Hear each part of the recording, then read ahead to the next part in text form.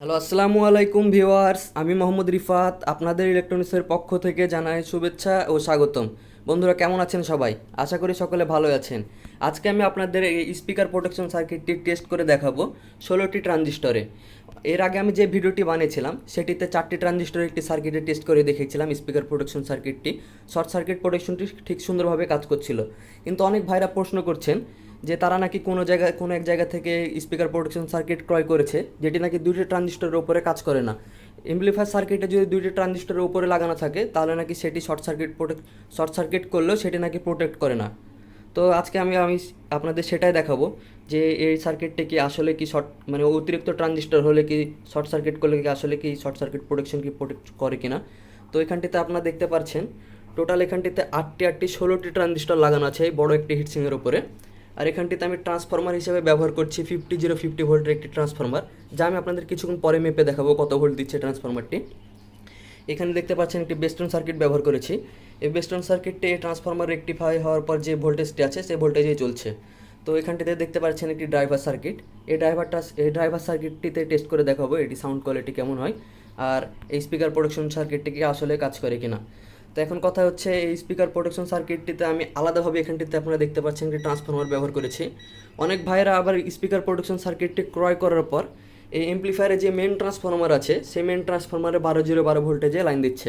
আমি মানা করে দিয়েছি এর আগের ভিডিওতে, তারপরেও তারা মানাটা না শুনে এই ট্রান্সফরমার থেকে লাইন দিচ্ছে। আপনারা দেখুন এখানটিতে 12 ভোল্ট আছে, কিন্তু আমি এখানটিতে লাইন না দিয়ে আমি আলাদা ট্রান্সফরমার ব্যবহার করছি।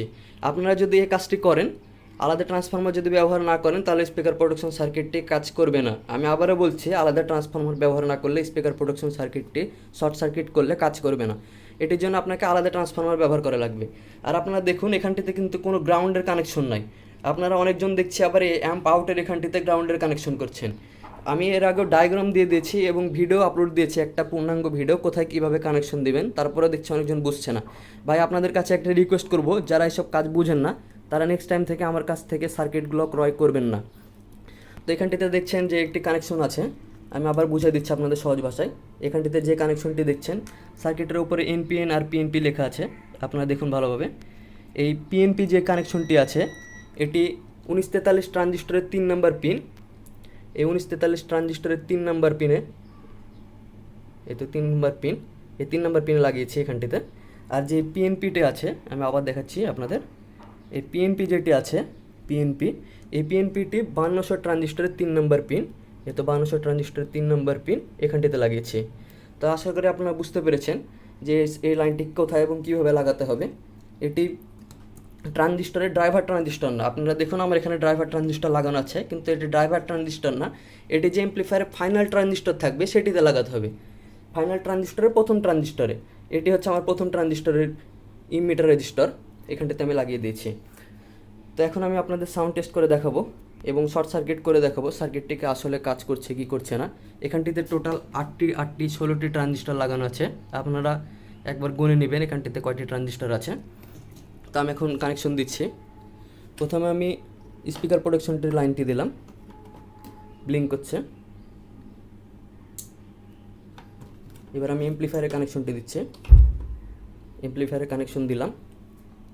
এখানটিতে আমার 2টি 10 ইঞ্চি স্পিকারের বক্স লাগানো আছে, 8 ohms, দুইটা মিলে 4 ohms হয়েছে। তো আমি এখন সং প্লে করছি।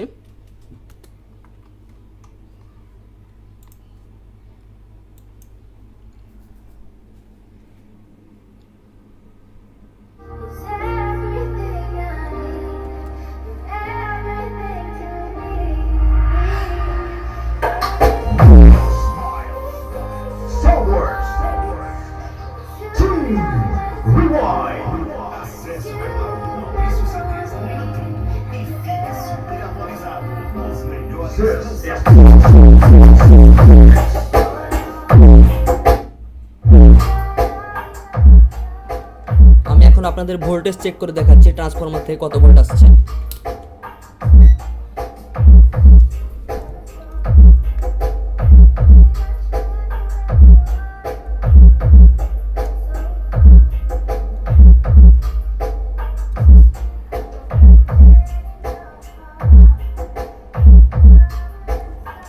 এটি হচ্ছে এসি ভোল্টেজ, এটি হচ্ছে ডিসি।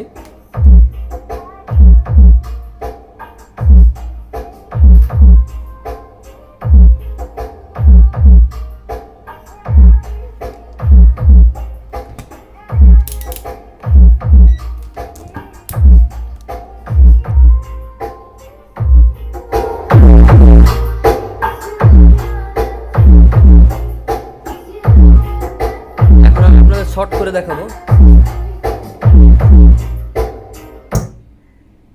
লাগানোর সাথে সাথে প্রোটেক্ট, আপনারা দেখতে পাচ্ছেন প্রোটেক্ট যখন হবে মানে শর্ট সার্কিট প্রোটেকশন যখন হবে তখন এই লাইটটি জ্বলে থাকবে এবং ব্লিঙ্ক করতে থাকবে যতক্ষণ পর্যন্ত আপনি বন্ধ করে না চালু করবেন ততক্ষণ পর্যন্ত ব্লিঙ্ক করতে থাকবে, এটা চালু আর হবে না। আর যদি ডিসি প্রোটেকশন হয়, ডিসি প্রোটেকশন বলতে আপনার যদি কোনো একটা ট্রানজিস্টর কেটে যায় তাহলে দেখবেন আপনার এই লাইটটি খালি ব্লিঙ্ক করতে থাকবে, তখন এই প্রোটেকশনের বাতিটি জ্বলবে না, আপনার এমপ্লিফায়ার চালু হবে না, কিন্তু এই বাতিটি ব্লিঙ্ক করতে থাকবে, তখন বুঝবেন যে আপনাদের এমপ্লিফায়ারটির কোনো একটি ট্রানজিস্টর অথবা কোনো একটি কানেকশনে সমস্যা হয়েছে। তো আমি এখন আবার বন্ধ করে চালু করছি।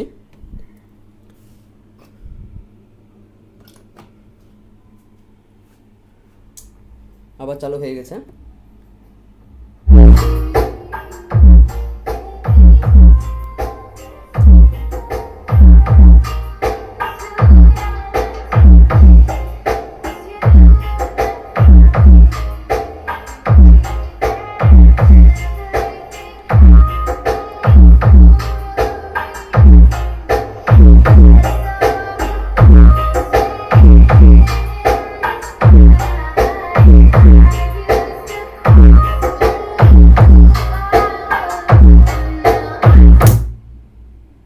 দেখুন প্রোটেক্ট মোডে চলে গেছে, এটি এত জোরে ফায়ারিং করলে আপনারা দেখতে পাইলেন।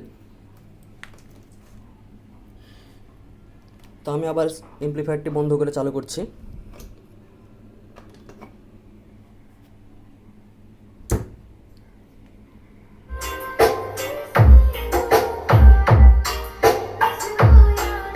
আর আরেকটি কথা বলি, এই সার্কিটটি তখনই কাজ করবে যখন এটির সাউন্ড মানে একটু জোরে সাউন্ড থাকবে, মানে ট্রানজিস্টরগুলোতে যখন কিছু মিলি অ্যাম্পিয়ার কারেন্ট ঢুকবে তখনই এটি কাজ করবে।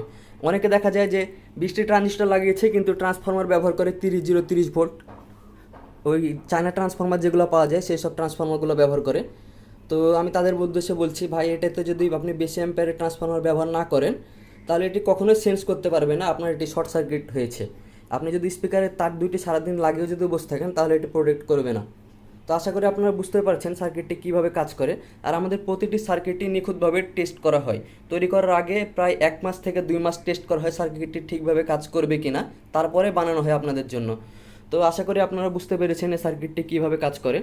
আর আপনাদের মনে যদি আরও কোনো প্রশ্ন থেকে থাকে তাহলে কমেন্ট করতে পারেন, আপনাদের সেই সকল প্রশ্নগুলোর উত্তর দেওয়ার চেষ্টা করবো আশা করি।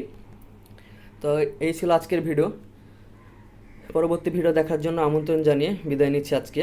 আরেকটি কথা, এই সার্কিটটির দাম এখন 500 টাকা। এই আমাদের কোনো সার্কিটের দামই কখনো পরিবর্তন হয় না, আমরা যে দামে লঞ্চ করি সেই দামই থাকে সারা জীবন, যতক্ষণ পর্যন্ত স্টকে থাকবে ততক্ষণ পর্যন্ত সেই দামে পাবেন।